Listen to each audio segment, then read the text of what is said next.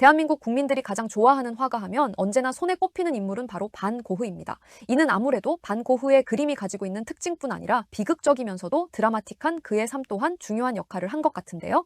이러한 반고흐의 작품 하면 여러분은 어떤 작품이 떠오르시나요?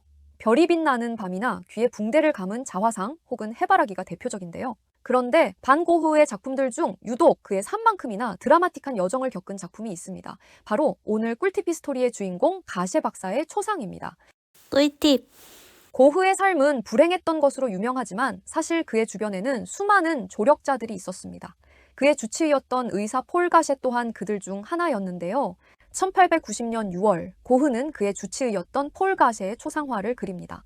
박사가 오른쪽 팔에 머리를 괴고 몸을 기울인 채 탁자에 앉아있는 그림이었는데요.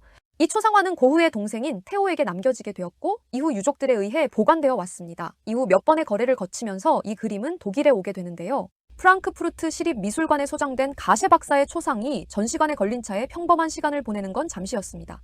1933년 독일은 나치당과 히틀러에 의해 장악되는데요. 그들은 예술과 문화에 대한 강력한 통제를 시작했습니다. 이들은 자신들의 이념에 부합하지 않는 예술을 퇴폐미술이라 불렀고 이에 대한 조직적 탄압을 실시했습니다. 수많은 그림들이 잘못된 오명 아래의 불에 태워졌습니다. 가셰 박사의 초상 또한 불에 탈 위기에 놓였습니다. 아예 몰수 목록에 이름을 올린 채 조사 대상이 된 것인데요. 하지만 몇 차례의 조사에도 불구하고 가셰 박사의 초상은 누군가에 의해 미술관 지붕 아래의 작은 다락방에 숨겨진 채 살아남았습니다. 가까스로 살아남은 가셰 박사의 초상은 이후 프랑스와 네덜란드를 거쳐 미국으로 자리를 옮기게 됩니다.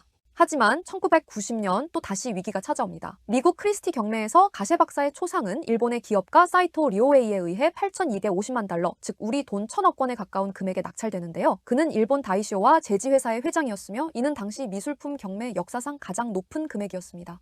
문제는 사이토 리오웨이 회장의 발언이었습니다. 그는 나중에 이 작품을 자신의 죽음 후에 함께 불에 태워 화장하겠다는 발언을 했는데요. 이는 미술계에 큰 논란을 일으켰습니다. 하지만 이후 사이토 회장은 뇌물죄로 인해 구속이 되고 그의 회사는 결국 몰락하게 됩니다. 가셰 박사의 초상 또한 다시 한번 살아남게 된 것이죠.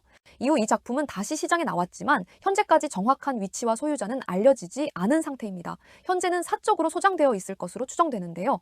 1,000억 원 가까운 가치를 인정받은 그림, 그러나 고흐의 삶처럼 파란만장한 역사를 지닌 그림, 그가 만약 지금 이 그림을 본다면 어떤 감정이 들까요?